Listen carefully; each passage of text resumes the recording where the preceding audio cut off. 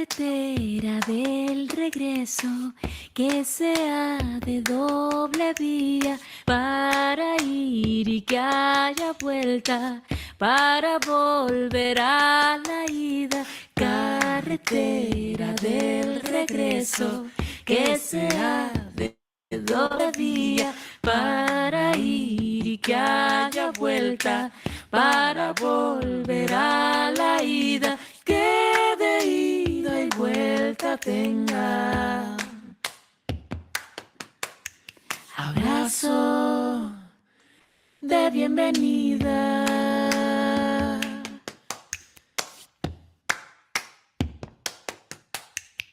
Carretera del regreso, que sea de doble vía para ir y que haya vuelta para volver a la ida. Carretera del regreso, que sea de doble vía para ir y que haya vuelta para volver a la ida. Que de ida y vuelta tenga. Abrazo de bienvenida.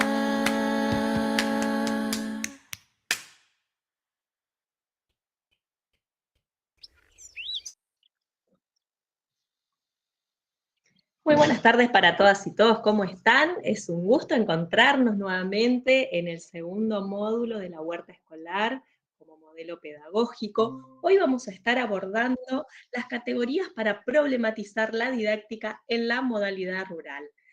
Centrando la mirada, bueno, en esto que consiste en nuestra tarea como educadores. Les damos la bienvenida a Julieta, que nos está acompañando, también a Ivana, que está acá, y queremos decirles a quienes nos están mirando de ese lado y a quienes se incorporen después en la modalidad sincrónica, que permanece abierto el foro de presentación para quienes todavía no hayan compartido quiénes son, de dónde vienen.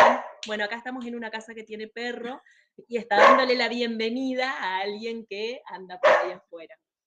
Como decíamos, los foros de presentación van a permanecer abiertos durante toda la cursada porque recordamos que este trayecto formativo tiene una modalidad que permite seguir los módulos de manera presencial, pero también mirarlos de manera asincrónica, manejando sus tiempos, definiendo ustedes en función de la organización semanal, cotidiana que tienen, cuándo, cómo sentarse. No solo está abierto el foro de presentaciones y bienvenidas, sino que también les dejamos una consigna ahora en el módulo 2, que la habilitamos hace muy poquito, ya estamos viendo que hay compañeras y compañeros que han compartido ahí sus preguntas, pero no se preocupen que hoy también vamos a recuperar el ejercicio. Para comenzar, vamos a trabajar con algunas ideas que desarrollamos en el módulo anterior, ¿sí?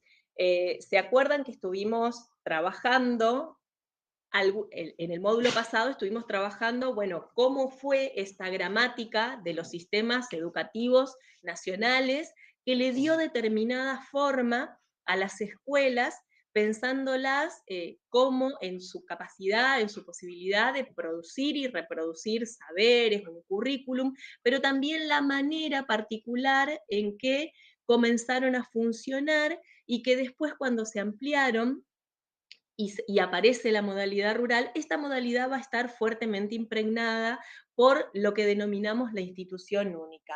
Queremos, de ese encuentro que se llamaba, o que se llamó la gramática de la escolaridad en la modalidad rural, queremos recuperar algunas cuestiones que tienen que ver con eso que está ahí en las escuelas y que no se dice, pero está presente porque constituye el momento fundacional y que tiene que ver con esa época histórica de la modernidad, que fue un momento, decíamos, de coyunturas, de muchos quiebres, de muchas revoluciones. Dentro de la modernidad se ubican la Revolución Industrial, la Revolución Francesa, aparecen los estados nacionales y los estados nacionales a nivel mundial universalizan la escolaridad como una estrategia de formación del ciudadano para ese nuevo régimen que estaba surgiendo, que era un régimen distinto de las monarquías y que requería de la formación de las personas para manejarse con un sistema democrático, representativo, republicano, con las características que va a tener en nuestro país, ¿no?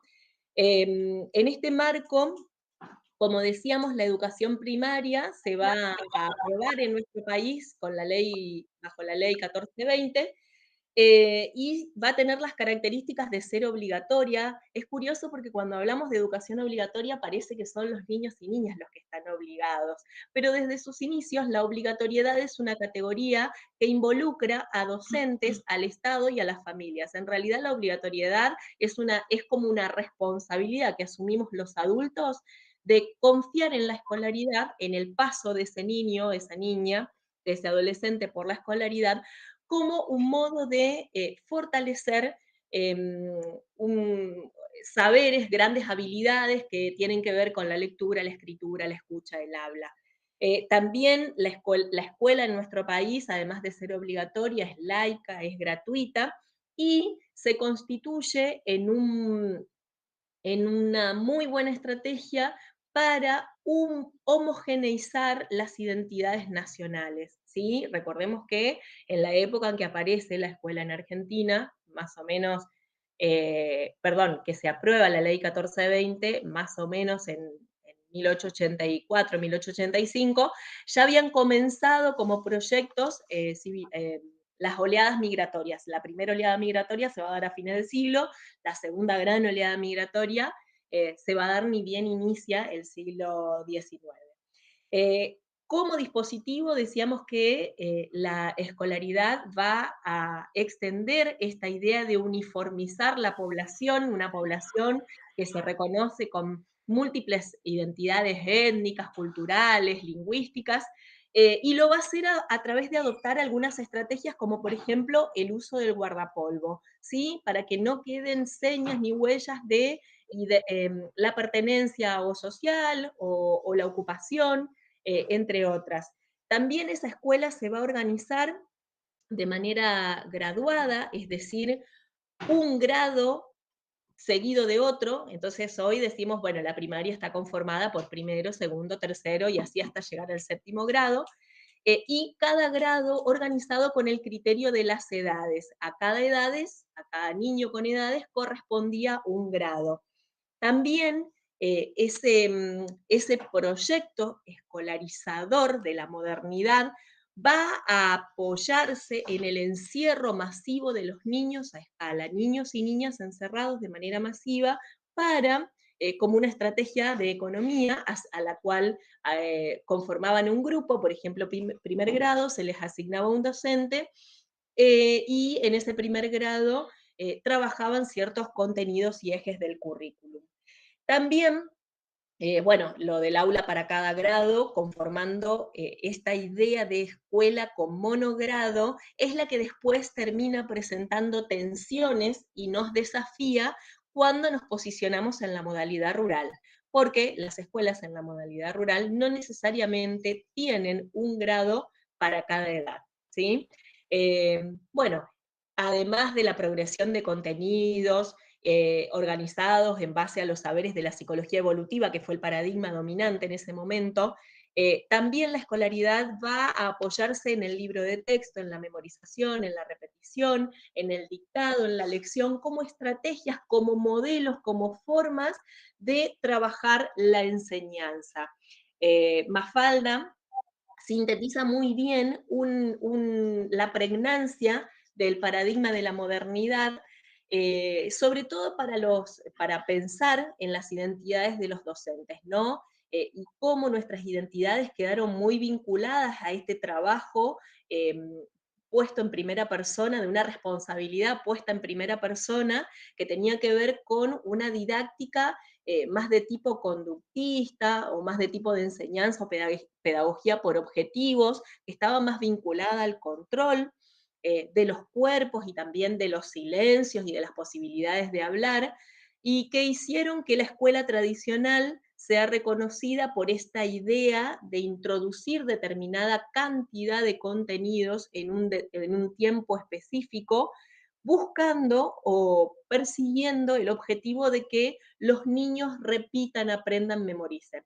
Cuando decimos esto, no estamos para nada desestimando la memorización, la repetición como estrategias didácticas, simplemente estamos tratando de incorporarlas en un paradigma más actual, que es el paradigma de derechos, eh, en cuya perspectiva los niños son sujetos de derechos con capacidades de agencia. Entonces tenemos que ver cómo coexisten hoy algunas estrategias que son más propias de la modernidad con las perspectivas nuevas de las didácticas críticas, ¿sí? Entonces, vamos a entrar más de lleno, ya una vez que hicimos este repaso, vamos a entrar más de lleno en lo que nos va a ocupar hoy en este módulo, que es las cuestiones respecto de la didáctica. Cuando nosotros pensamos en qué es la didáctica, también tenemos que hacer un reconocimiento de que todos nosotros hemos sido formados, hemos atravesado una formación en el profesorado y sabemos que las didácticas forman parte de una disciplina eh, cuyo objeto de estudio es la enseñanza, ¿sí? Entonces podemos decir, una de las definiciones más extendidas, es que es la teoría de, sobre, en, para la enseñanza. Nos lleva, pensar en la didáctica, nos lleva específicamente o nos remite a la acción de enseñar, que está cuya responsabilidad recae especialmente en la figura de los docentes, pero que también es una responsabilidad que a veces compartimos con otros actores. Y es una acción que se vincula además a otros conceptos o categorías que forman parte de esta gran idea que es la educación, que es la educación misma, la escolarización. Vamos a introducir una distinción entre educación y escolarización porque pareciera ser que son lo mismo, sin embargo no lo son. En la Ley de Educación Nacional hablamos de que la educación y el conocimiento son un bien público y un derecho personal y social que el Estado garantiza. Sin embargo, la educación es un concepto mucho más amplio y pensar en la escolarización nos remite al trabajo que hacemos, específicamente los y las docentes, dentro del sistema educativo. Y ese trabajo está vinculado en ocasiones a el entramado de redes con otras instituciones y otros actores, pero también actualmente la escolarización está atravesada por temas transversales como son la ESI, la perspectiva de la formación de los niños y niñas y adolescentes desde el paradigma de la integralidad, un paradigma que es más humanístico, que no cercena los sentimientos, las emociones, la educación de los sentimientos, la educación de las emociones, por eso la ESI tiene un papel fundamental. Que entrama con la educación ambiental o la educación intercultural bilingüe, por mencionar algunos ejemplos. Bien, en este sentido, la antropología nos colabora en poder ir distinguiendo en los matices que existen entre educación y escolarización. Para eso traemos algunos aportes de Levinson y Holland o Rockwell, que con distintos trabajos nos van señalando que es muy frecuente que se relacione o se reduzca lo educativo a lo escolar netamente. Y con esto lo que vamos haciendo, lo que va sucediendo, es que dejamos por fuera toda la riqueza de aquellos entramados que se van llevando en procesos de enseñanza y aprendizaje que pueden estar dentro de la escuela, pero también puede que ocurran fuera de ella.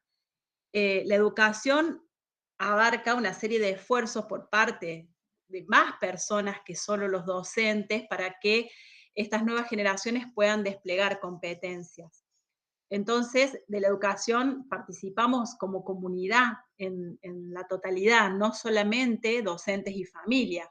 Entonces, queremos detenernos en la escolarización como esa idea o como esa acción que es intencional, que es sistemática, que está planificada, organizada, que está administrada por leyes, tanto nacionales como internacionales, y que a lo largo del tiempo fue condensando y apropiándose de paradigmas y de mandatos que tuvieron pretensiones respecto a un modelo de crianza o algunos modelos de crianza, de niñeces, de adolescencia, de juventudes, y también en referido a cómo era esa forma o cómo era la forma de esa escuela.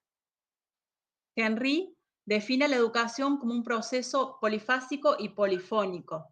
Cuando decimos polifásico, hacemos referencia en que los niños aprenden más de una cosa a la vez.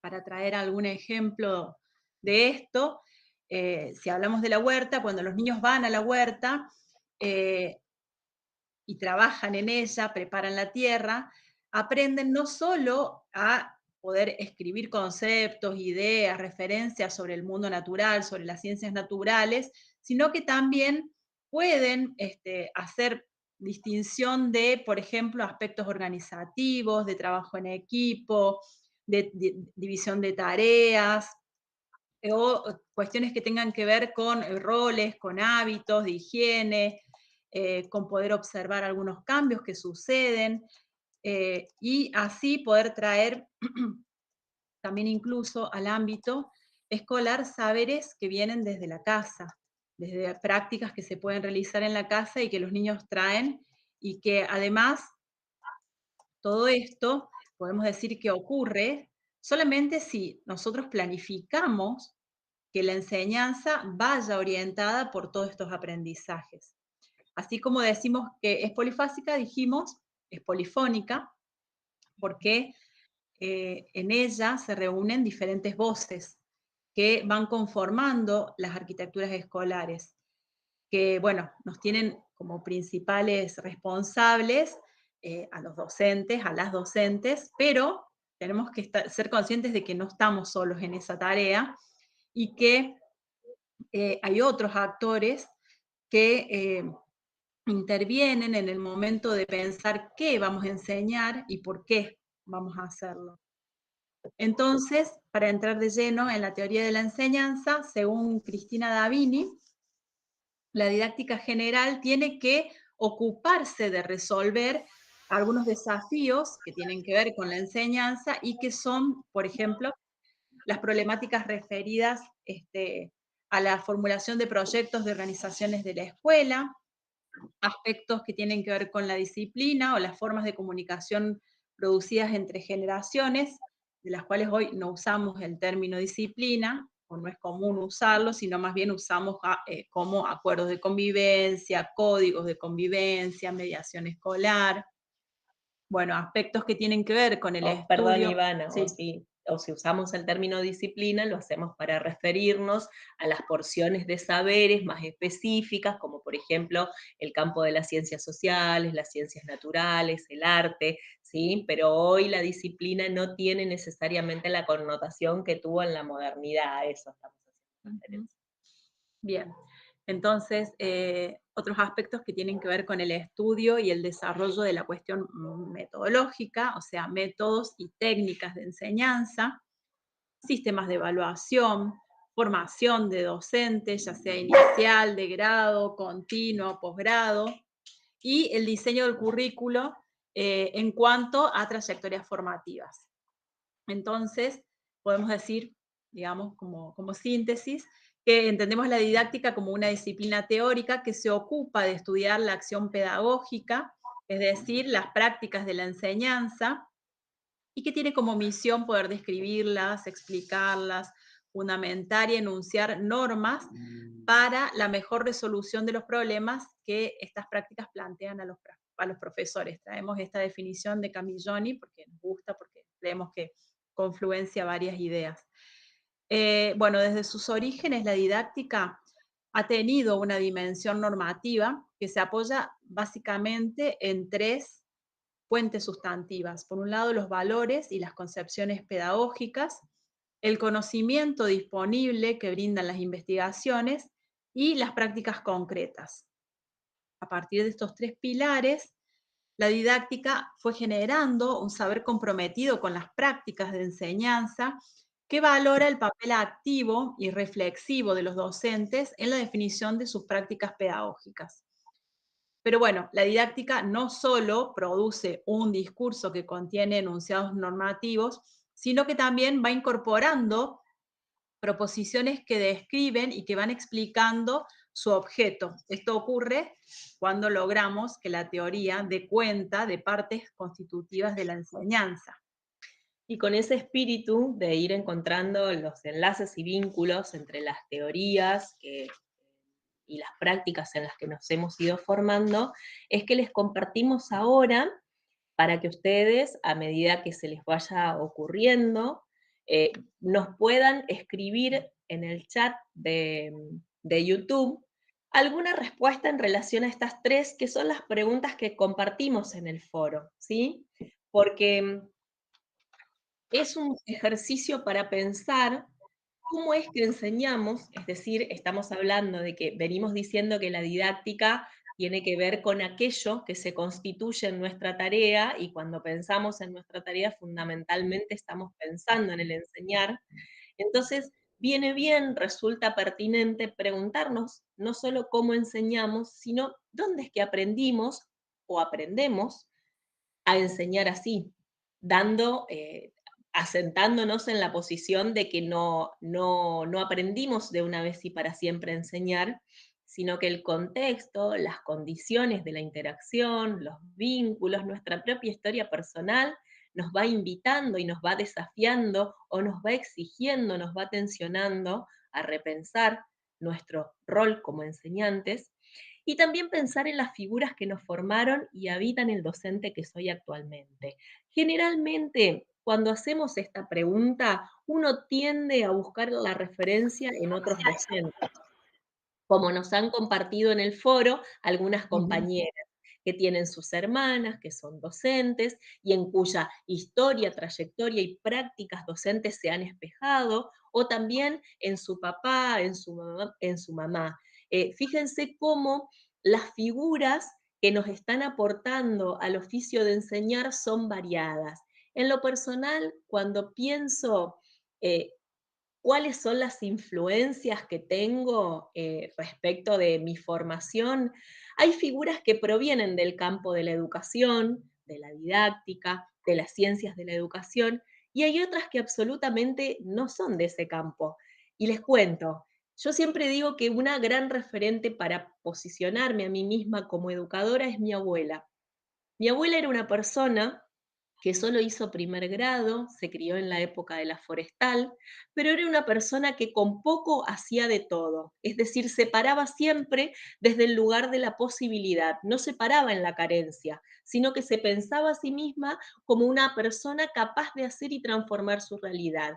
Ese modo de encarar la vida que a veces tenemos incorporado y que no nos los enseñan, o sea, más allá de que, por ejemplo, lo tenemos a Paulo Freire, a Davini, que son más referentes de las didácticas críticas y que nos invitan a mirar el mundo de manera esperanzadora, a veces esta beta de la esperanza, de la insistencia, de la tosudez en pensar que siempre podemos hacer más y podemos insistir y podemos transformar, proviene de otras figuras que nos rodean y que están ahí.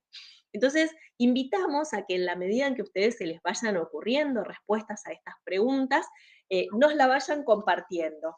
Nosotros, mientras ustedes escriben, les vamos a compartir algunas de las respuestas que van surgiendo en el chat, y también respuestas que nos han compartido ya en el foro. ¿Te parece, Ivana, que empecemos con algunas de las que van surgiendo en el chat? Así yo busco en el foro. Sí, perfecto. Musiquero, no sabemos tu nombre, nos dice, mi referencia más importante fue mi profesora de geografía en la escuela secundaria. Rosana Pangero dice, mi modelo a seguir siempre fueron mis hermanas. Todas somos docentes de diferentes áreas.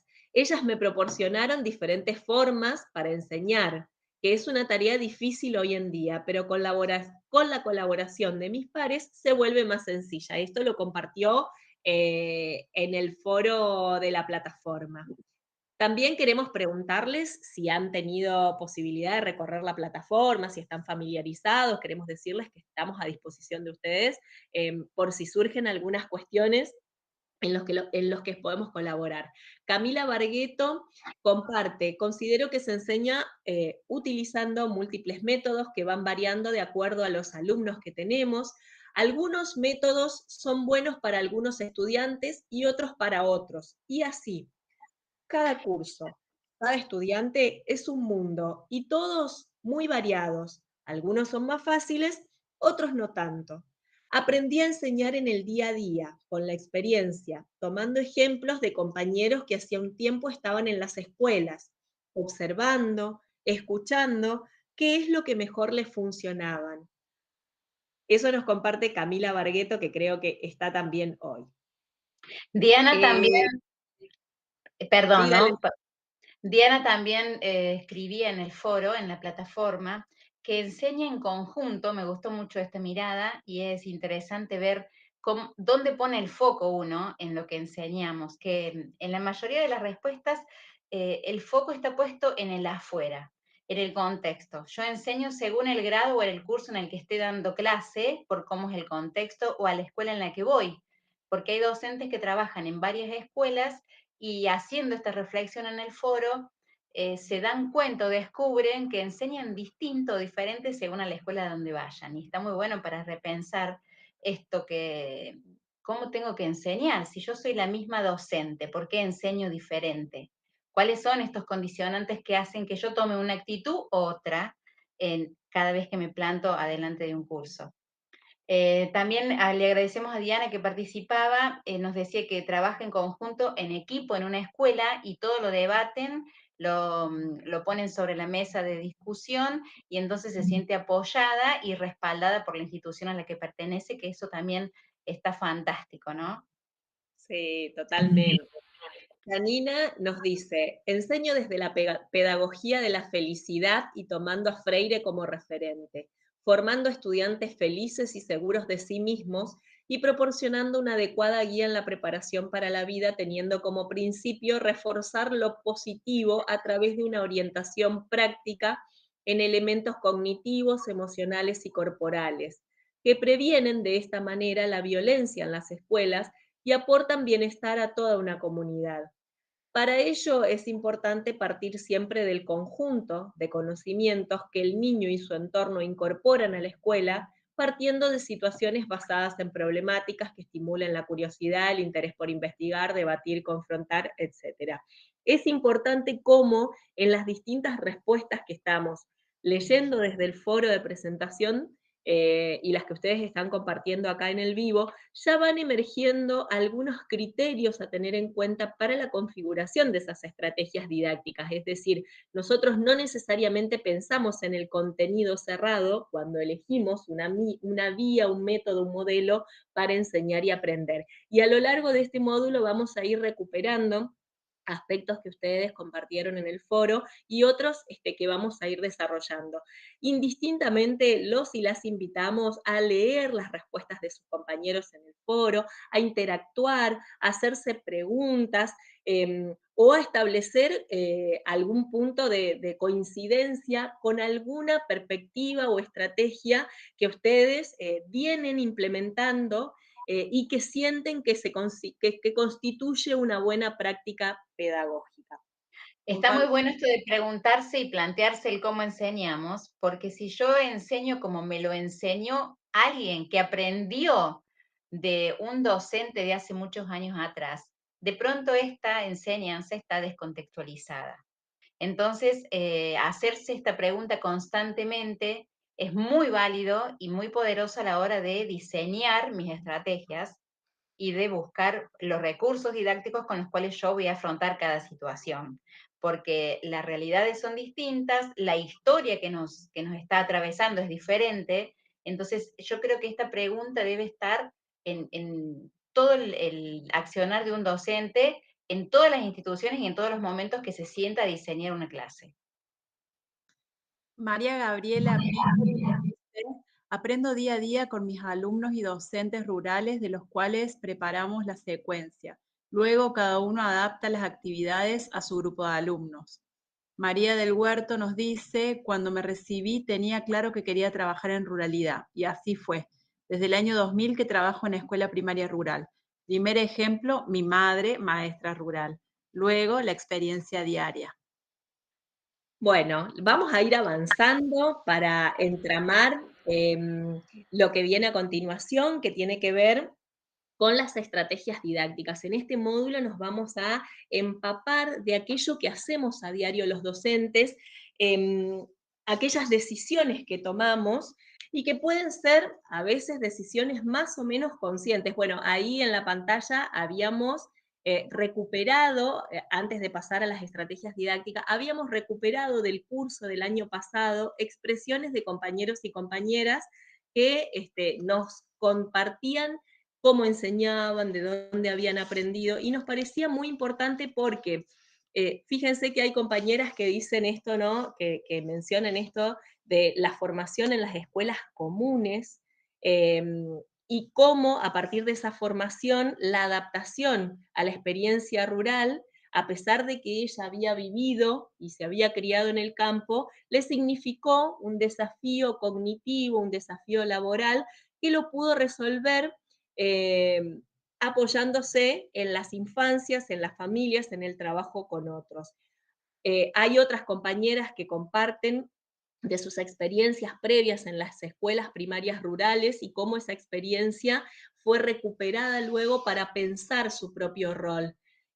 También Florencia, en su momento, una cursante de Ceres, dice que rescataba la distribución del tiempo, que es posible de hacer, cómo es posible distribuir los tiempos en ruralidad de manera distinta a los formatos que tienen por ahí más en las escuelas urbanas. Y bueno, y cómo a veces es posible, por la convivencia o la coexistencia de funcionamiento de la primaria y la secundaria, plantear actividades comunes que nos van dando la diversidad de la que hablaba la compañera anterior en el foro.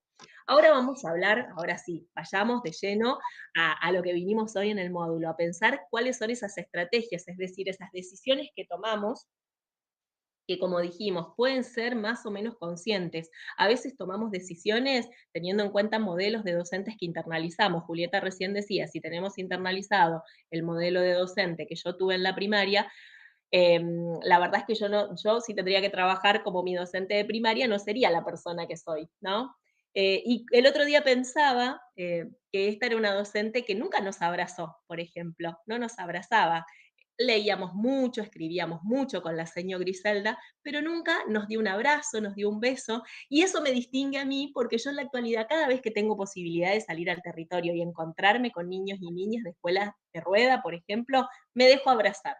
Eso es algo que fluye porque las infancias estallan de abrazos, estallan de el deseo, el anhelo de contacto, de contarte qué están haciendo, con qué sueñan, qué sienten. Entonces, creo que no podría ser una seño con estas características, ¿no? Pero bueno, para enseñar contenidos específicos vamos tomando decisiones. Esas decisiones se apoyan también en otros criterios como el tiempo, los espacios, si tenemos o no compañeros con los cuales interactuar, cuáles son las características de la institución en donde trabajamos, si es una institución que trabaja con proyectos entre grados, con otras instituciones y demás.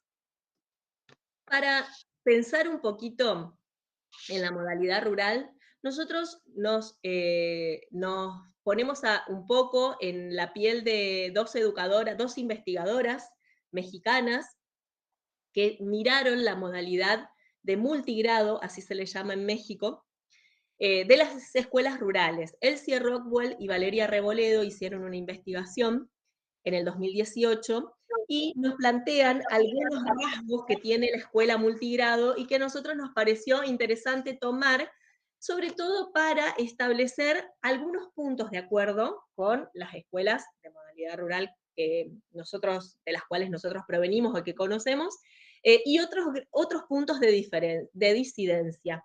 Ellas dicen, las estrategias didácticas en la modalidad rural son diferentes a las que se pueden plantear en un aula monogrado o de escuela común, que puede ser tanto escuela urbana o rural.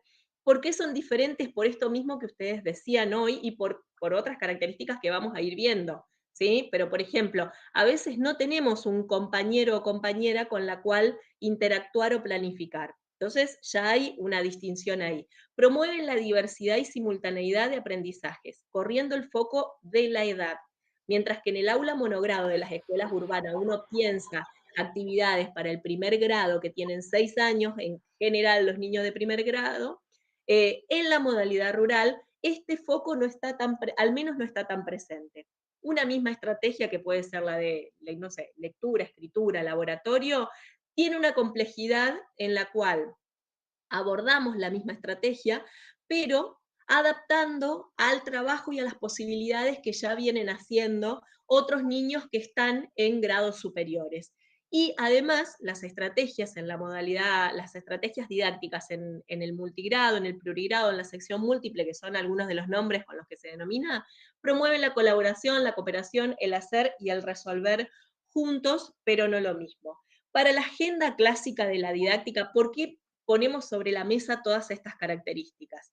Porque para la agenda clásica de la didáctica, es decir, para la didáctica que se establece desde la modernidad, por lo menos por unos 100 años, el protagonismo está dado por la acción del docente en primera persona.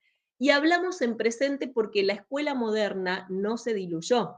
Las didácticas modernas siguen estando presentes y conviven con otras posibilidades como las didácticas críticas, las didácticas conductistas.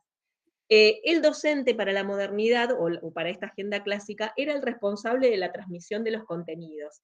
Entonces, la famosa tríada didáctica era el docente, el contenido, el alumno, el aprendizaje y la evaluación como mecanismo o instrumento que nos permitía testear cuánto habían acumulado, cuánto habían memorizado o aprendido estos estudiantes. Esta es la agenda clásica y más teórica. Ahora bien, existe una agenda real de la didáctica que es la que se viene escribiendo a partir de los comentarios que ustedes nos van compartiendo en el foro. Y en esa agenda clásica nosotros hoy, para desarrollar en este segundo módulo, vamos a elegir 3 ejes. Esto no quiere decir que son esos los 3 ejes, los únicos ejes que existen. Nosotros los elegimos porque nos parece que son bien representativos de los modos en que trabajamos, en que enseñamos en la modalidad rural. El primer eje es el docente, el primero que vamos a desarrollar, o sea, no tienen un orden, nosotros los ordenamos así para empezar hablando de nosotros mismos. Como las puertas de entrada de la ESI vieron que empezamos primero por nosotros, bueno, primero vamos a mirarnos a nosotros los docentes, después vamos a mirar los niños, niñas y adolescentes, y el tercer eje es el contexto. Bueno, empezamos por nosotros, empezamos por los maestros. Si explicamos a alguien qué hacemos, nos preguntan a qué te dedicas, ¿qué decimos? Dar clases, como si fuera un modo coloquial de abreviar la multidimensionalidad que encierra la acción de enseñar y de dar clases. ¿En qué consiste este dar? ¿Desde dónde nos posicionamos para dar? ¿Desde la carencia o desde la oportunidad? ¿Dónde aprendimos acerca de estos saberes y del oficio docente? ¿Cómo aprendemos a trabajar en la docencia?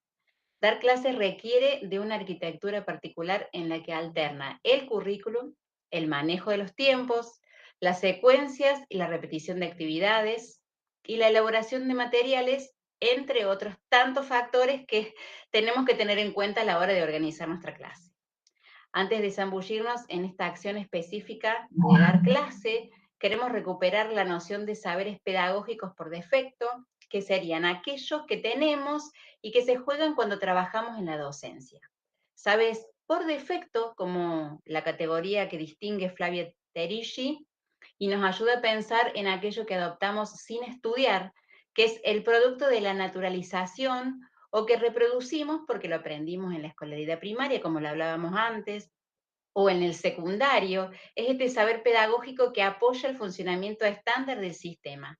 Es esta estructura en el modo de mirar el mundo de la educación escolar como un modo rígido, como un modo cristalizado, como un modo que nos impide pensar en direcciones novedosas. Estos saberes que decantan en pensamientos o en expresiones del tipo son muy chiquitos para hacer ciencia, o no se los voy a dar porque no lo van a poder hacer. Si no escriben en el cuaderno, es como si no hubieran hecho nada en clase, o como si los chicos no aprendieran, o no hablen porque si hablan se van a distraer.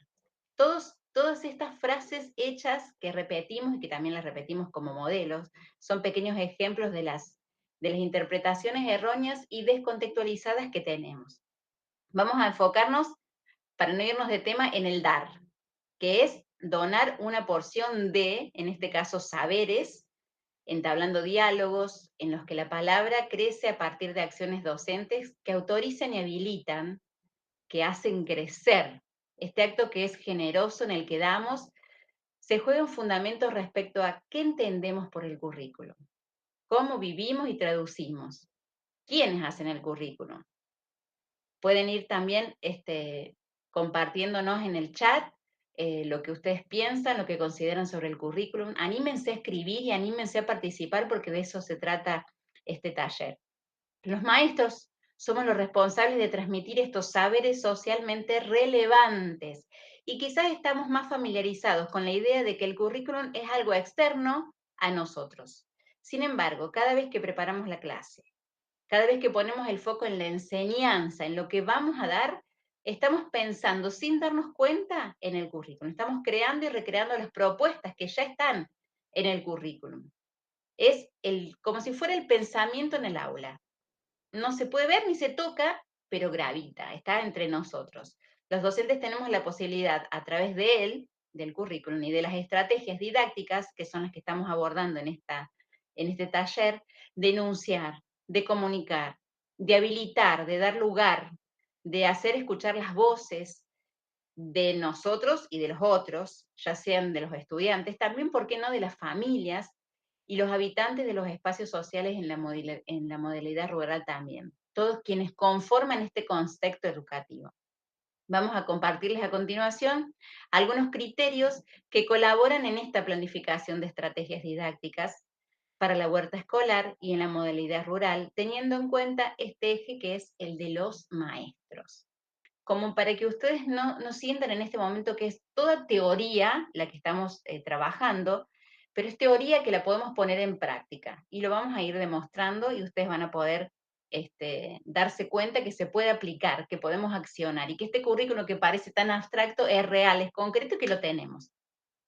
Por ejemplo, que se puedan realizar en las condiciones reales de trabajo multigrado, en el tiempo disponible y con todo el grupo junto. Esto es fantástico porque podemos educar al mismo tiempo que los chicos sean de diferentes niveles, de diferentes edades y de diferentes niveles de aprendizaje.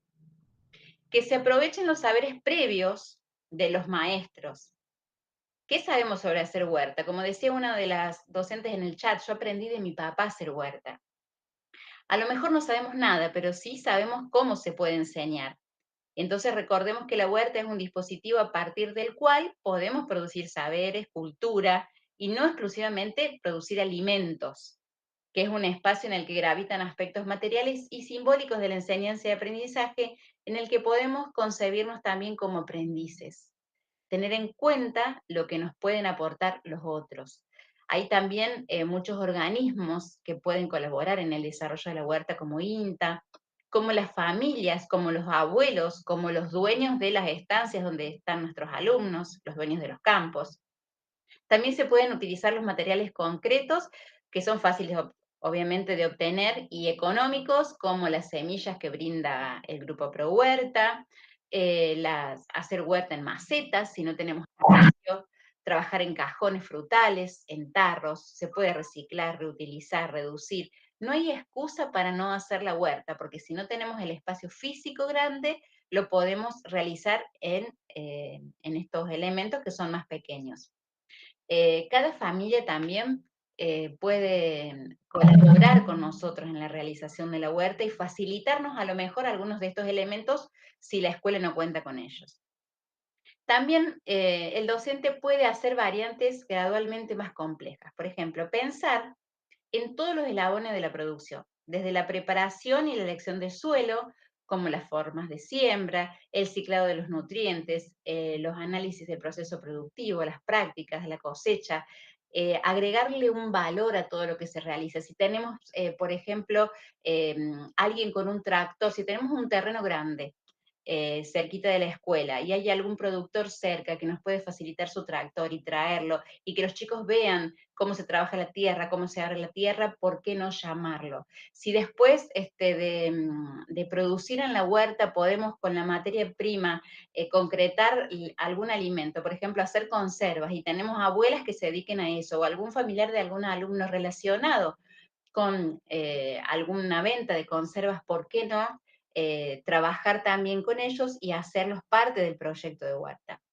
pensar en todos estos recursos externos que pueden ayudarnos a enseñar y a educar para la huerta. También permitir participar a todos los estudiantes de alguna manera, incluyendo a quienes tengan limitaciones físicas. Comenzamos así con la integración y avanzamos hacia la inclusión. Pueden hacer múltiples cosas. Los chicos, en la huerta hay para hacer millones de cosas, porque no únicamente hay que preparar la tierra y tirar la semilla, hay que preparar el perímetro, tenemos que hacer el riego, tenemos que recortar las tiritas que pueden ir para espantar a las aves, hay que hacer el espantapájaro. También tenemos que hacer el diseño de la huerta, entonces busquemos a los chicos que les gusta dibujar y que dibujan diferentes formas de plantear la huerta, dónde pueden estar los canteros, dónde podríamos poner la compostera. Tenemos que hacer los carteles y pintar los carteles para poner los nombres de la huerta. Entonces algunos hacen el diseño, otros pintan. Están también los que pueden sacar fotos de todo el proceso para ir haciendo una agenda. Podemos buscar a quien le gusta escribir para que vaya poniendo paso a paso todo lo que se hace día a día. Podemos también poner a algunos alumnos que no trabajen o que no puedan manejar algunas herramientas a observar el cielo y que vean o que vean las aves que hay alrededor de la huerta que pueden llegar a ser peligrosas o no para comerse las semillitas que vamos a poner. Hay múltiples actividades que se pueden realizar en la huerta y que podemos hacer con todos los chicos para que cada uno tenga una función específica y después ver cómo los vamos rotando como para que todos aprendan a hacer un poquito de cada cosa. También tenemos Mientras, que... Sí, mientras tomás aire un poquito, sí. queremos compartirles, queremos hablarles un poco, queremos apoyar esto que vos venís diciendo, ¿no? En qué es lo que tenemos en cuenta para planificar nuestras estrategias de enseñanza. Ustedes verán que en esta filmina hay una foto. Esa foto refleja el trabajo que hace el SER 337 de María Juana y que tiene que ver con la decisión de salir afuera a buscar contenidos para observar, para preguntarnos qué es el mundo natural. ¿Y querés contarnos un poquito de eso, Juli? Sí, resulta que la semana pasada, que fue una semana con mucha lluvia, salimos a hacer el recorrido de la huerta y vimos que había crecido bastante el pasto, porque nosotros también trabajamos, como ustedes saben, en las escuelas rurales, los docentes no damos clase únicamente, sino también nos ocupamos de la mantención del predio. Hicimos una siembra de sauces en el perímetro de la escuela y salimos a verlos para ver si las hormigas los habían atacado o los estaban dejando crecer. Cuando salimos a hacer ese recorrido para ver cómo estaban los sauces y si la lluvia les había hecho bien, observamos un hongo. Entonces, bueno, ¿qué hice yo? Saqué el teléfono y le saqué una foto.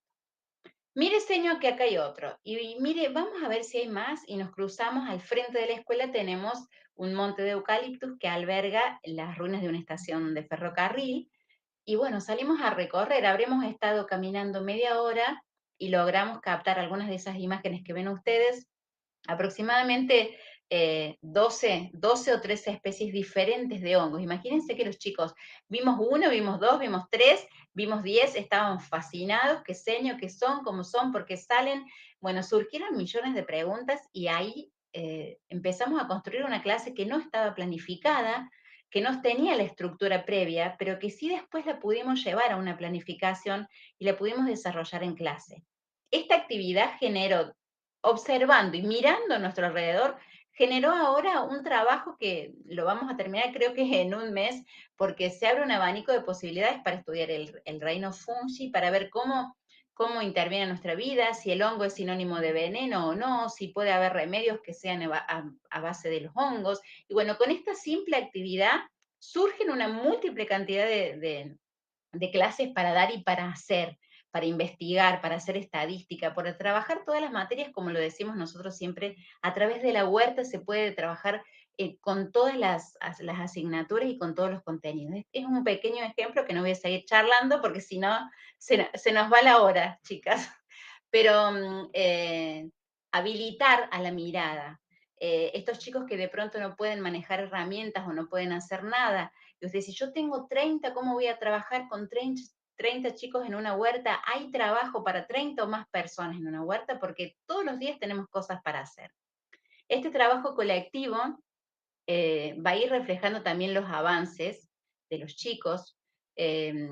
Ellos tienen que tener instrucciones, reglas, consignas simples y claras, que es a lo que apuntamos siempre, tratar de hablar en el idioma de ellos, pero para eso tenemos que escucharlos.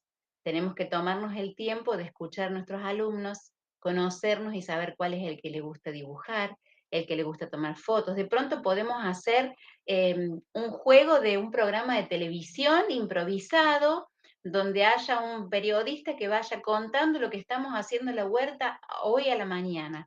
Entonces a uno le asignamos el lugar de locutor, el otro es el camarógrafo, y hace reportaje, entonces va a entrevistar al que está sembrando, va a entrevistar al que está... Y armamos un programa de televisión improvisado y ya estamos ocupando a 2 o 3 chicos que interactúan con los que están trabajando, se divierten y después todos quieren hacer el programa de televisión, todos quieren filmar o ser locutores o armar un programa de radio. Hay un montón de actividades que pueden surgir a raíz de la huerta. Bueno, en el punto que sigue les cuento que también el docente tiene que lograr que se involucren todos los sentidos, el de la vista, el del oído, el del tacto, el gusto, el olfato, a qué huele la tierra cuando la regamos, qué gusto tendrá la rúcula, cuál es el color más bonito que ven, alguna vez prepararon algo con remolacha o con pimiento, a quién le gusta el calabacín, que los chicos no solo cosechen, sino que también disfruten la cosecha y que puedan percibirla. Inclusive en esta época, por ejemplo, hay que poner especial atención a las abejas, que están bastante alborotadas, o a una clase de pájaros determinados. Ustedes saben que los ciclos de los pájaros también están muy relacionados con la siembra y con la huerta, y hay momentos donde se ven más o donde se ven menos, entonces que ellos aprendan a estar alertas. Algo muy lindo para observar es la relación que tienen las hormigas con la huerta, cómo generar algunos purines que alejen a los insectos. No hay que eliminarlos porque la huerta tiene que ser una diversidad y tiene que estar equilibrada. Entonces, tenemos que también ocuparnos de todo eso. Promover múltiples formas de expresión, como lo contábamos recién, la expresión gráfica, la gestual, la plástica, la verbal. Acá pueden intervenir los docentes de las especialidades. Podemos poner música mientras hacemos huerta, y ahí la docente de música va a ir buscando. Hay muchísimos temas relacionados con la naturaleza, con las verduras, con el sonido de los pájaros. Pueden aprovechar las docentes de música para trabajar todos esos contenidos.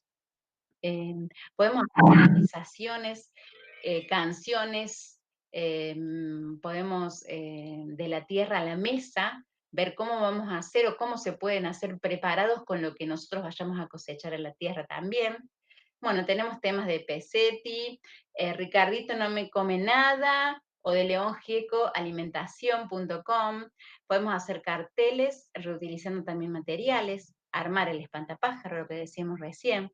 Podemos hacer obras de títeres, por ejemplo. Y ustedes me dicen, ¿cómo con la huerta obras de títeres? Sí, una obra de títeres donde la lechuga hable con la selga y le cuente que vio un escarabajo, y que armen, les damos nosotros personajes determinados, arman los títeres con la profe de tecnología, por ejemplo, y hacen una obra de títere con las verduras que hablan de ellas, o cómo pueden prepararse, o en qué se pueden llegar a transformar. Obras de títeres graciosas, y eso a los chicos les encanta hacer. Bueno, y también hay que potenciar la adquisición de conocimientos en el futuro con el tema del saber hacer, de ser, de aprender, de convivir, para pensar estos criterios que nos remiten a un docente activo, creativo, que anticipe, que conozca a los niños con los que va a trabajar, que sepa cuáles son sus intereses, como lo decíamos recién, que los desafíe, que se coloque en el lugar de coordinar, de promover, de estimular, cediendo el protagonismo a los estudiantes, porque ellos saben mucho de tierra, de trabajar la tierra, y generalmente en el campo y en la zona rural, las familias viven con los abuelos, conviven con los abuelos también, y los abuelos se caracterizan por contar y contar muchas historias. Entonces, en el momento de la huerta, cuando nosotros creamos esta confianza mágica que se hace cuando trabajamos huerta, los chicos empiezan a contar historias. Y uno cuenta una historia, el otro cuenta la otra, y seguro que al día siguiente el otro que no habló viene con una historia nueva. Entonces tenemos que aprovechar esos momentos para escucharlos y para poder descubrir cuál es el interés de cada uno, de uno o de otro. Bueno, vamos a continuar repasando los ejes. Hablamos entonces del docente. Ahora vamos a hablar de las estrategias centradas en los chicos, en las niñas, en los niños y en los adolescentes. Establecimos que la diversidad, la simultaneidad y la elección de una misma estrategia complejizada va a adaptar esta forma de lo que tenemos que tener en cuenta para plantear la didáctica, o sea, la enseñanza. También vamos a dejar claro que es importante establecer que la singularidad de cada niño o adolescente nos introduce una diversidad de forma diferente para enseñar y para aprender. Considerando esta multidimensionalidad, vamos a charlar algunas ideas que vamos a tener en cuenta para la autonomía y la colaboración recíproca entre ellos. No tenemos que eh, estar esperando que todos respondan igual, que todos avancen igual y que todos trabajen de la misma forma o con las mismas actividades. Que los alumnos sean los principales actores con la guía del maestro. Hacerles tomar decisiones en relación a las actividades, dándoles varias propuestas.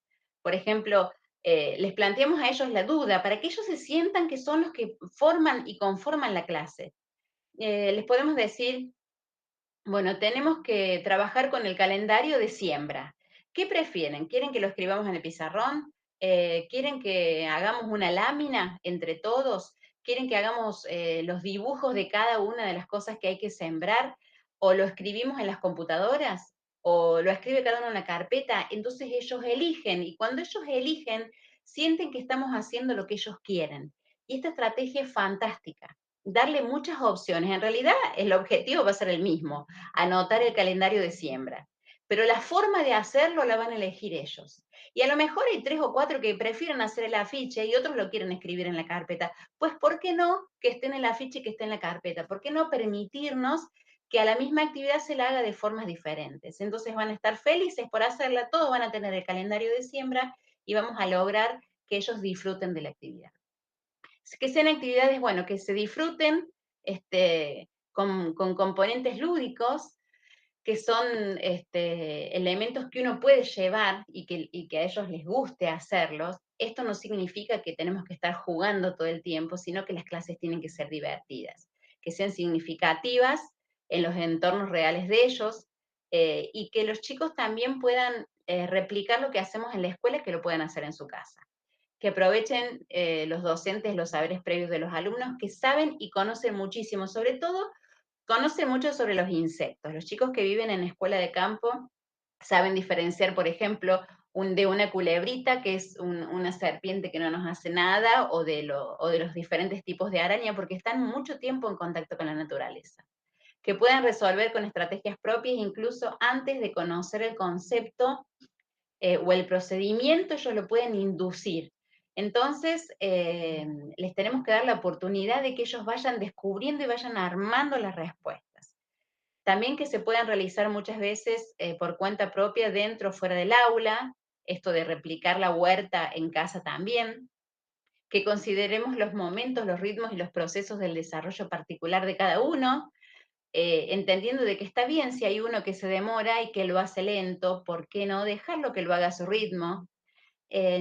También tenemos que tener en cuenta que los alumnos se apoyen en los procesos naturales y diversos de aprender, que promuevan las habilidades de escuchar, hablar, leer y escribir, y esto lo podemos lograr cuando los hacemos rotar en las actividades o les asignamos funciones determinadas, que todos después pasen tipo como un circuito del que hacemos en el gimnasio.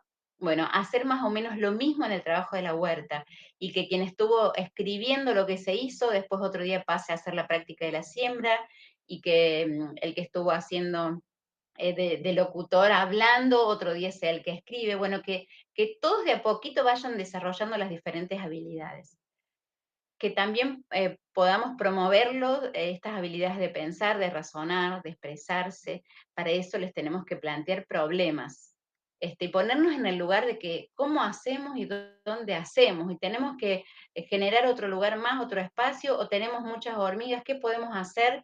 Y ponerlos a ellos en el lugar de resolver como si nosotros fuéramos ignorantes en el sentido. O traigamos para mañana soluciones, chicos, de lo que nos está pasando en la huerta. Pregunten en casa cómo podemos hacer para solucionar. ¿Tendremos que poner otro espantapájaros? ¿Qué opinan ustedes? Ponerlos constantemente en ese lugar. Y bueno, promover las habilidades de pensar, razonar, expresarse y colaborar, que sería lo último, y después seguimos con Ivana, porque yo ya los voy a cansar con tanta charla.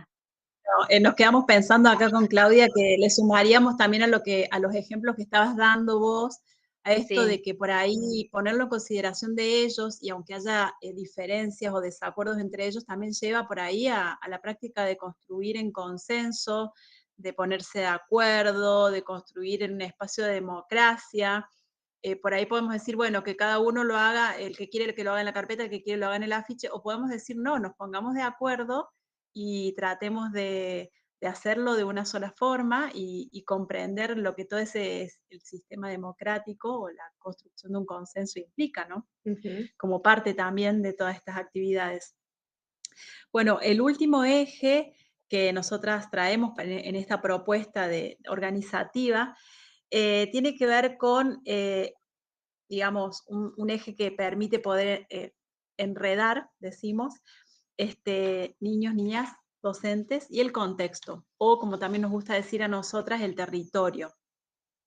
Tiene que ver con que las actividades y las estrategias sean situadas en los contextos de la vida común de los espacios sociales, rurales, que se aprovechen los recursos diversos que ofrecen las comunidades, que se orienten hacia situaciones y problemas comunitarios. Acá consideramos realmente que en el rol docente no podemos estar por fuera del contexto, por fuera del territorio. No podemos, a ver, por ejemplo, plantear una producción de huerta que nada tenga que ver con las producciones locales, por ejemplo. Tal vez sí podemos plantear alguna alternativa de algo diferente, pero tenemos que traer lo que ocurre en el contexto y en el territorio, lo que la gente sabe hacer, lo que se produce, cuáles son las cadenas de producción que existen en la región, a nuestra huerta, a nuestra aula a cielo abierto.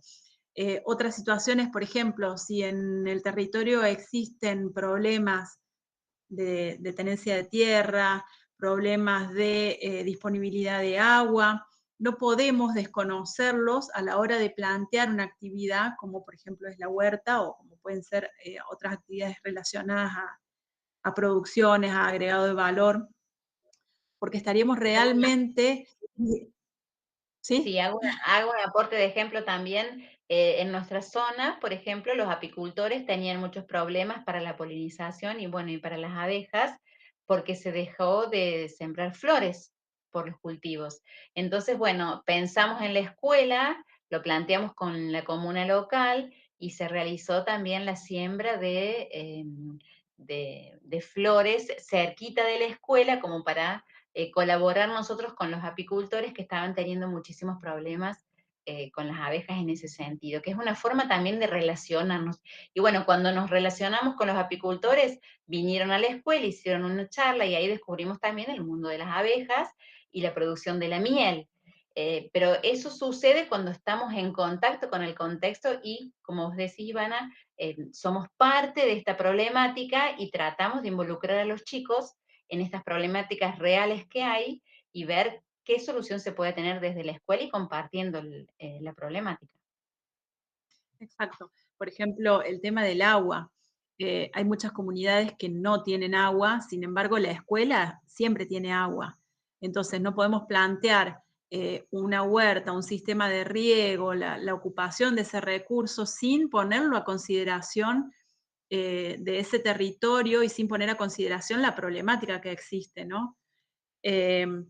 Bueno, otros aspectos es que se pueda compartir con las personas de la comunidad la propuesta, que involucren a las personas de la comunidad en el aprendizaje, esto que por ahí decía Juli, ¿no? Las personas mayores, los abuelos, las abuelas que viven con los niños y que tienen muchas historias entre comillas, en realidad tienen muchos saberes para contar y para compartir y a los cuales podemos y debemos involucrar, que además muestren a la familia qué es lo que aprenden sus hijos.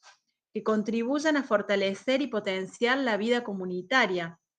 Esto también, ¿no? De ser como parte de la, digamos, un eslabón importante en la resolución de esos problemas que tiene el territorio, que tiene la comunidad. No simplemente enunciarlos, sino esto que decías vos, ¿no? No había flores, las plantamos. No hay agua, somos parte de un movimiento que busca solucionar el problema, somos oído y somos brazos para resolver esos problemas que tiene la comunidad. Que se establezcan redes para poder compartir con otras escuelas, porque esto que hablamos como problemáticas del territorio o como fortalezas del territorio se repite y se replica en la mayoría de las escuelas rurales y que a veces simplemente es necesario poder ponerlo en voz, poder compartirlo para que automáticamente salga esto de a mí me pasa lo mismo, en mi escuela pasa lo mismo, los padres de mi escuela, el trabajo rural en mi escuela, la migración, etcétera, ¿no? Y bueno, Se puede pensar en una relación interinstitucional con lo que tenemos que hacer todas las escuelas, que es la articulación con niveles, traer a los niños de nivel inicial a una escuela primaria para que siembren y ver el desarrollo de una semilla que para los nenes de nivel inicial es fundamental y es sorprendente tener la experiencia y el contacto con la tierra y con sembrar una semilla y la articulación, por ejemplo, del nivel primario con el nivel medio porque después los chicos del campo tienen que ir a una escuela de nivel medio, que generalmente las escuelas rurales no tienen secundario y tienen que acceder al pueblo o a la ciudad más cercana. Si nosotros trabajamos articulando con escuelas desde el campo, con las escuelas urbanas, cuando el niño salga de séptimo grado y tenga que ir al nivel medio, al tener este trabajo conjunto de la huerta, que a lo mejor puede ser que vengan 3 o 4 veces al año a sembrar juntos o a trabajar juntos o a hacer dulces de zapallo, de membrillo o lo que fuere.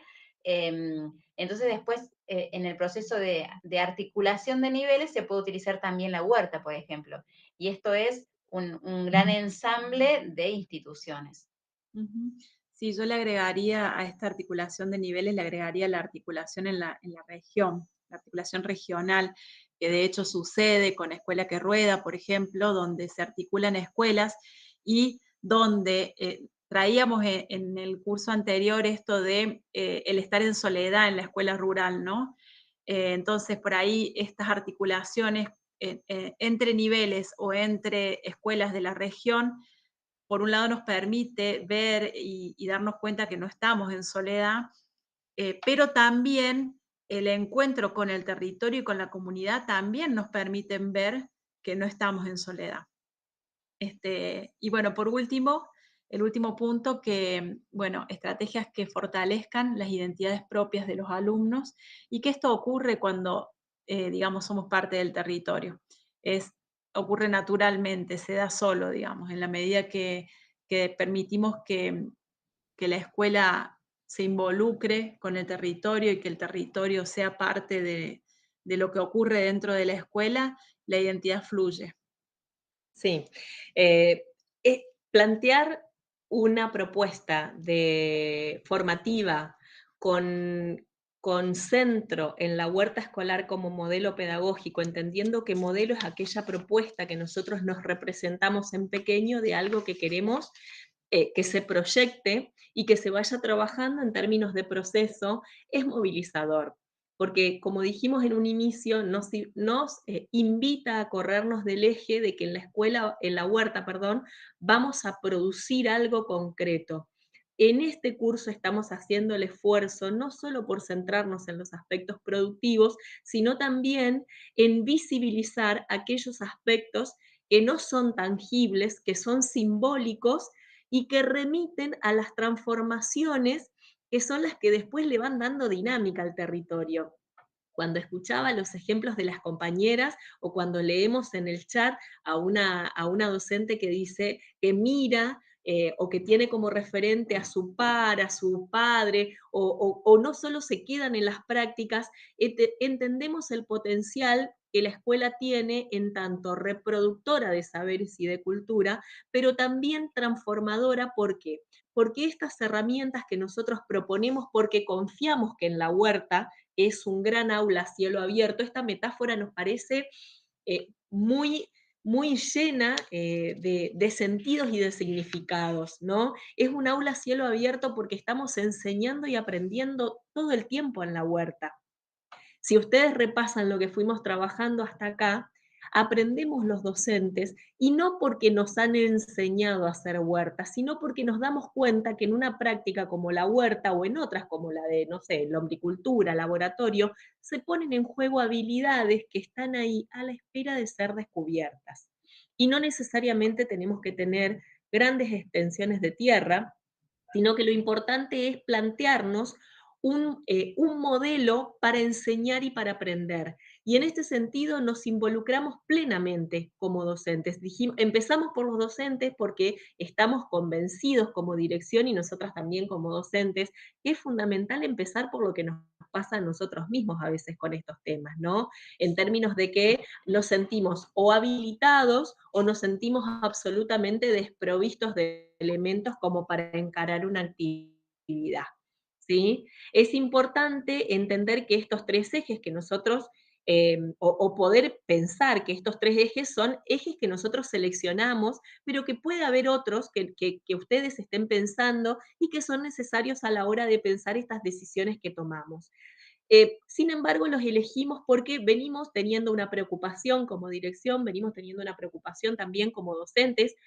Personalmente, acá con Ivana amamos la docencia, no nos imaginaríamos estar haciendo otra cosa y sabemos que con Julieta también compartimos esta pasión. Sabemos que también hay tensiones, hay como algunas cuestiones que están ahí un poco generando interrogantes o haciendo, invitándonos a pensar, bueno, esto que lo vemos de una manera, ¿es efectivamente así? Y nosotros decíamos que, pensamos, ¿no? Que a la hora de organizar la acción de enseñar, hay algunas cuestiones que nos invitan a pensar cuáles son eh, o por qué algunas docentes o algunas docentes tienen como más facilidad o se sienten más instrumentadas o más habilitadas, y por qué hay otras personas que sienten que no pueden realizar huerta o plantear la huerta como un modelo desde el cual enseñar y aprender. Nosotros destacamos también, estamos con el 3 es como un número bastante especial, pero destacamos como tres aspectos. Hay muchos otros, pero a los efectos de al alcanzar a hacer un abordaje en este trayecto, empezamos por acá.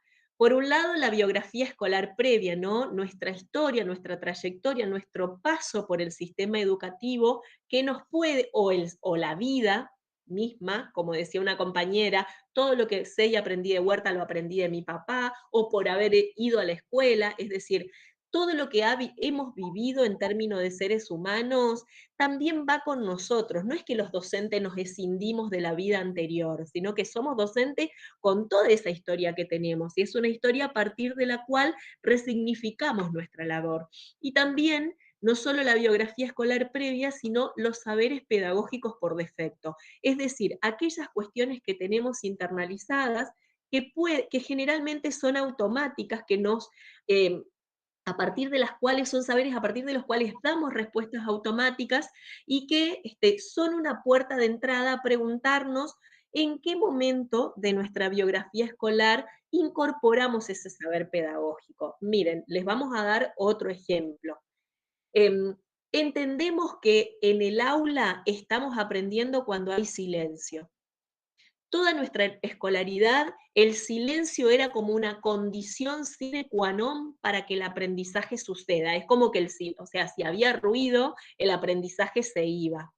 Y en realidad, nosotros hoy estamos en condiciones de analizar por qué el silencio es tan importante. O sea, sabemos y estamos de acuerdo en que es importante establecer turnos de palabra para que nos podamos escuchar unos a otros. Pero el silencio, en todo caso, en la tradición moderna, significaba que la voz autorizada y la voz del saber estaba en un solo lugar, y era el docente. Y fíjense que en la huerta, como modelo pedagógico, las voces de los niños y niñas están ahí, intercambiando, hablando entre ellos, compartiendo, como decía Julieta, si hoy habló una persona y compartió lo que sus abuelos, tíos, mamá, papá saben de la huerta, seguro que hay alguien que va a ir a la búsqueda de ese saber y con alguien va a hablar y la próxima vez que hagamos huerta va a haber otra voz que va a compartir. Entonces, esto del silencio como uno de los saberes pedagógicos por defecto, es decir, esto que buscamos de manera automática, shh, silencio, no hagan ruido, porque si no, no aprendemos, en la huerta se pone en duda. Es una excelente oportunidad para valorar los espacios de silencio como espacios en donde hacemos silencio para escuchar a otras y otros, o los espacios silenciados, que son aquellos espacios en los que nadie habla porque tienen temor, tienen miedo de hablar, de ser reprendidos, reprimidos. El segundo eje que constituye una tensión y que a veces nos desafía, que no a veces, que de hecho nos desafía, es la formación inicial de los y las educadores. Nosotros tenemos una situación, una realidad, una historia, que es que la formación inicial de los docentes para el nivel primario, inicial y secundario, bueno, para el nivel inicial y primario, se amplió. En los últimos 7 años hemos ampliado en la currícula de la formación docente una carrera que venía siendo de 2 años y medio, hoy pasó a 4 años, ¿sí? Es muy importante porque eso jerarquiza y da otros tiempos para que los recorridos por la modalidad inicial, primaria y las modalidades rural, EIB, especial, tengan lugar en la currícula del profesorado. Sin embargo, detectamos en la cuestión de la formación, porque hay diversos autores que así nos están dando cuenta, hay investigaciones en nuestro país que dan cuenta de que en la currícula de los profesorados de nivel inicial, de nivel primario, hay bastantes lagunas o vacancias respecto a la modalidad rural, a la modalidad de educación intercultural bilingüe, a la modalidad de educación domiciliaria, hospitalaria o en contexto de encierro, que son modalidades como que ahora, a propósito de que se están fortaleciendo en la orgánica de los ministerios, van cobrando vida y estas vacancias son necesarias de reparar con acciones como las que nosotros estamos proponiendo y obviamente con acercamientos a los institutos de formación docente. No en todas las regiones los institutos de formación docente organizan las prácticas de residencia en la modalidad rural. Hay regiones en las que sí, esta es una realidad y celebramos que así sea, y hay regiones en las que todavía tenemos que seguir insistiendo y traccionando. ¿Por qué? Porque también sabemos que la modalidad rural es casi la primer modalidad a la que van a trabajar las y los docentes que recién se inician. Y muchas veces, por no tener las herramientas, sienten que no están preparados o que no pueden con esta modalidad que es maravillosa y que es una oportunidad, como decía una colega en el chat. Y el tercer eje es el enseñar como una actividad que la modernidad planteó escindida de la afectividad. ¿Se acuerdan que en el módulo pasado veíamos que la modernidad instaló esta racionalidad como separada, la razón y el pensamiento como separado de la afectividad? Y hoy, desde el paradigma humanístico y desde la perspectiva de la educación, desde la integralidad, estamos reposicionando la enseñanza como una actividad que está vinculada a la afectividad y dentro de este paradigma, que es el paradigma humanístico de los derechos, que apunta a la formación integral de las personas. A diario nosotros, como educadores, indistintamente de los niveles y modalidades en donde estemos, vamos introduciendo propuestas, es decir, hacemos estrategias didácticas que estimulan el deseo de querer aprender. Muchos en el foro compartían esto, ¿no? De educar desde la afectividad o educar para que nuestro proyecto de vida nos haga sentir plenos. También nuestras acciones están orientadas en el camino de que las personas se puedan concebir a sí mismos como autores de ideas, de pensamientos, de planes, de proyectos, y en este mirar a los otros y mirarnos a nosotros como docentes responsables de transformar la historia y nuestro mundo, hay propuestas que en ocasiones pasan desapercibidas porque pensamos que no son importantes. Sin embargo, es necesario que sepamos y lo digamos con toda la fuerza que tenemos, que las mayores cosas que aprendemos en la escuela muchas veces van de la mano de docentes que aman lo que hacen, de docentes que se entusiasman con el hecho de enseñar, de abrir la puerta para salir a buscar un hongo, un pájaro, preguntarnos cómo se llama ese árbol que está ahí, en la vereda o en el monte próximo, o qué propiedades tiene ese fruto o la arveja amarilla, porque ese deseo que nosotros le ponemos a nuestra tarea de enseñar tiene una particularidad maravillosa.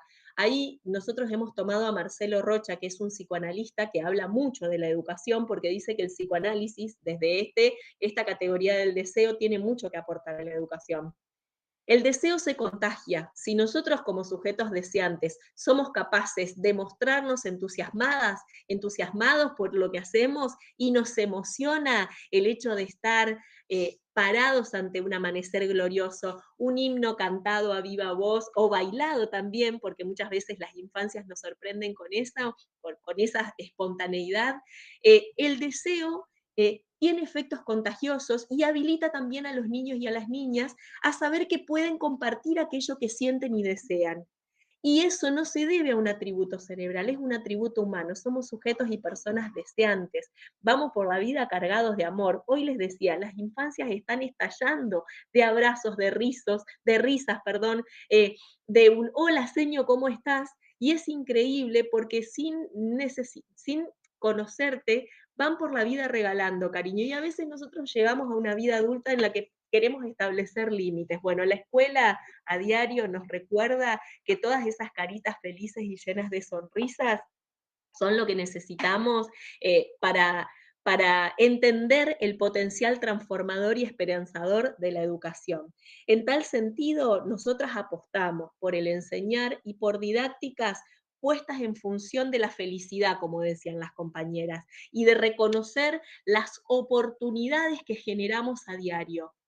¿Sí? Y que no solo están resumidas o reducidas en la lectura, en la matemática, en las ciencias naturales, sino también en la posibilidad de contagiar, de estimular, de entusiasmar y sobre todo de apostar al diálogo entre generaciones, a traer a las aulas o a la huerta el diálogo de los abuelos, de las abuelas, de las madres, de los padres, pero también de pensar en cuál es nuestra voz como docentes, de habitar la categoría de adultos, de docentes como adultos deseantes. El enseñar y el aprender están posibilitados están atravesados por esta categoría que es el deseo. La producción deseante y de conocimientos nos constituye humanamente y permite reafirmarnos en el nosotros somos una comunidad, nosotros tenemos esta identidad, nosotros acá en la comunidad hacemos abejas, hacemos tambo, hacemos agricultura, ganadería, hacemos producción de semillas, hacemos economía social y solidaria. Esto somos y salirlo a contar al territorio. Bueno, la verdad, muy felices de haber llegado hasta acá y de haber llegado juntos. Y gracias por los aportes en el chat. La verdad que dan cuenta de por ahí de este deseo y de esta felicidad que uno va llevando cada vez que va a la huerta, cada vez que sale del aula con niños y niñas a proponer algo nuevo. Bueno, queremos recordarle que el próximo encuentro es el 29 de junio. Por lo tanto, va a haber algunas semanas en el medio, pero en ese periodo va a haber trabajos intermedios en el aula. Probablemente para el viernes ya vamos a estar colgando el trabajo intermedio. También hay foros en el aula con una hermosa participación hasta ahora, pero si hay alguna persona que aún no participó, sepa que puede hacerlo, que los foros permanecerán abiertos hasta que concluya el curso, así que pueden sumarse con su participación en todos los foros en el momento que puedan hacerlo. Sabemos que los tiempos por ahí... Que se animen a escribir, que se animen a interactuar y si leen algún comentario y quieren tener una contrapropuesta que lo hagan o sumar experiencias. Tenemos inscriptos de toda la variedad. Hay docentes de nivel inicial, hay docentes de primario, profesores de biología, profesores de historia. Fueron presentándose y es muy lindo leer las presentaciones de todos y ver cómo de todo el territorio de la provincia se están sumando para esta experiencia que la mayoría ya por lo que estuvimos leyendo, tiene la experiencia de hacer la huerta, o hace años que están haciendo la huerta, pero se anotaron para ver si encuentran, bueno, vamos a encontrar algo nuevo, algo diferente o algo que nos inspire si compartimos también lo que sabemos y generamos un verdadero intercambio entre todos. Así que la invitación está abierta a escribir, a animarse, a contar, a compartir experiencias, a participar como lo están haciendo y seguir sumándose en la participación. La huerta, la verdad que es fascinante. Yo tengo la oportunidad de trabajarla con mis alumnos y compartirla con la comunidad toda, porque uno más invitados lleva a la huerta y más cosas tiene la huerta. Y pasan los años y uno sigue incorporando. Este año incorporamos nosotros el hotel de insectos, por ejemplo.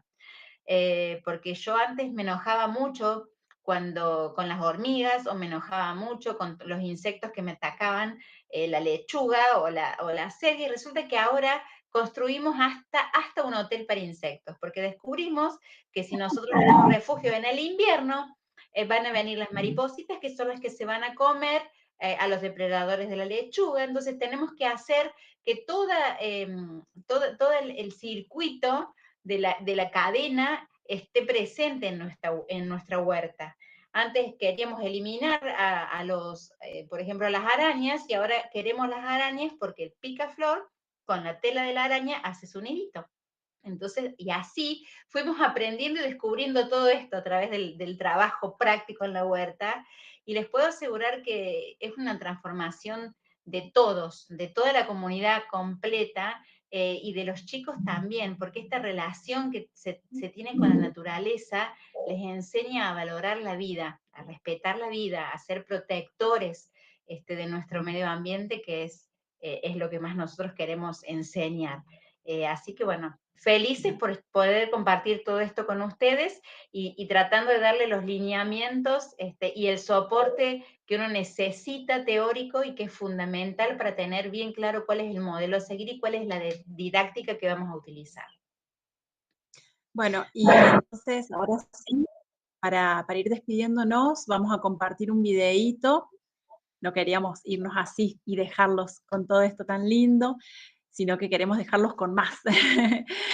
Es un video que, bueno, la propuesta es, lo elegimos a este video porque creemos que nos ayuda a poder visibilizar por qué estamos hoy acá, por qué estamos hoy acá en la vida. No pensamos en por qué estamos hoy acá en este curso, sino cómo llegamos en nuestras vidas hasta este lugar.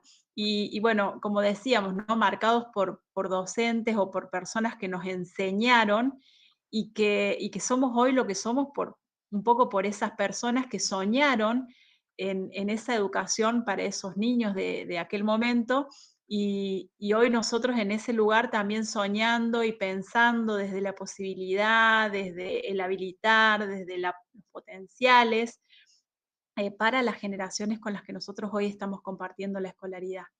Así que les compartimos un videíto que se llama La Luna, para que lo miren, es corto, dura 6 minutos. Así cerramos con este módulo. Les agradecemos haber llegado hasta acá y bueno, que tengan una hermosa tarde.